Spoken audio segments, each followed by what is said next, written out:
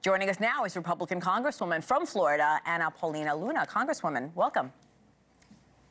Hey, how are you doing, Hannah? I'm great, better now. Thank you for coming on. Multiple outlets are reporting that House leadership is now paralyzed over this legislation, feeling like they can't bring more votes to the floor until this proxy effort is squashed.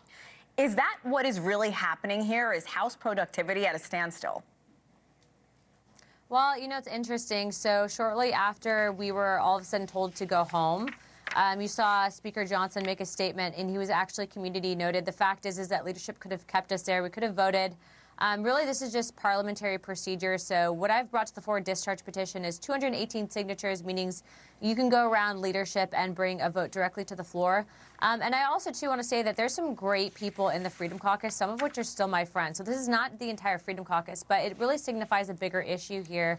And I would argue actually probably goes into what Speaker Johnson will face in reconciliation, where you have a group of about 3 or 4 legislators that privately behind closed doors told the Speaker that they didn't care what legislation was on the floor, whether it was President Trump's or not, that they would actually shut down the House. All we did was ask for a fair vote on this, and then, as you saw, Speaker Johnson was kind of held up at gunpoint behind the scenes. And so what I would say is that the Speaker's actually been speaking with me often.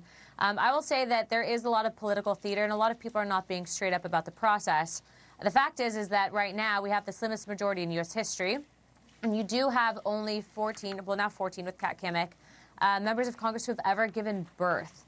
And as many people asked, well, Rep. Luna, why were you unable to vote in the Speaker fight with McCarthy when Representative Mackey's recalled him? It was because I was told that I could not vote. And so think about how that's going to look a couple months from now, potentially when you have more lawmakers that have babies on the way. And so what we did is we initially tried to start this out with just female legislators, and they would not even consider that.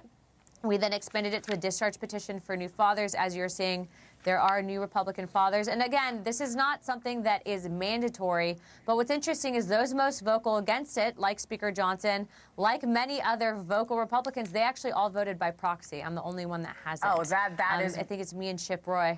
That is very interesting. Yeah, so it's interesting, right? Yeah. They would tell you that. So really, this is just a political game here that they're playing. And if you want to look at who's really playing games, I mean, you can see it. They did not have to send us home. They try to do that to get people upset. It's just disingenuous. We could have voted on the SAVE Act. We'll vote on legislation this week. I will say that I have talked to the president. Sure. And I will also tell you that the president assured that this would get resolved. But I also want to ensure that everyone knows that we're not blocking the agenda. They're not being straight up, and that's exactly why they got community noted. Congresswoman Marjorie Taylor Greene spoke out after Tuesday's vote. Here's a little bit of what she said. Being a member of Congress is a privilege.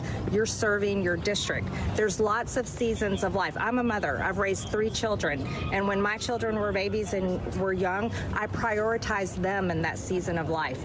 Now I serve in Congress because I'm not raising children. And I think that's a really important point to make. And if any member of Congress, for any reason whatsoever, finds them in a situation where they're not able to do the job here, the important job we're elected to do, they should step down because someone else can serve in their place. Congresswoman, your reaction? I think those are valid concerns, but Rep. Taylor Greene also voted by proxy during the 117th Congress. So I would say that, you know, these are discussions that we need to have. Now, this has been 2 years in the making, and I think that Rep. Greene has a lot of valid points on other things. Her and I actually, pretty much for the most part, align on a lot. But again, you know, when you're calling some of the top conservatives in the House that actually realize that if you remove the tool of a discharge petition, you can consolidate power in the Speaker. And this does get into a lot of parliamentary procedure. But again, like I said earlier, you know, the receipts prove it.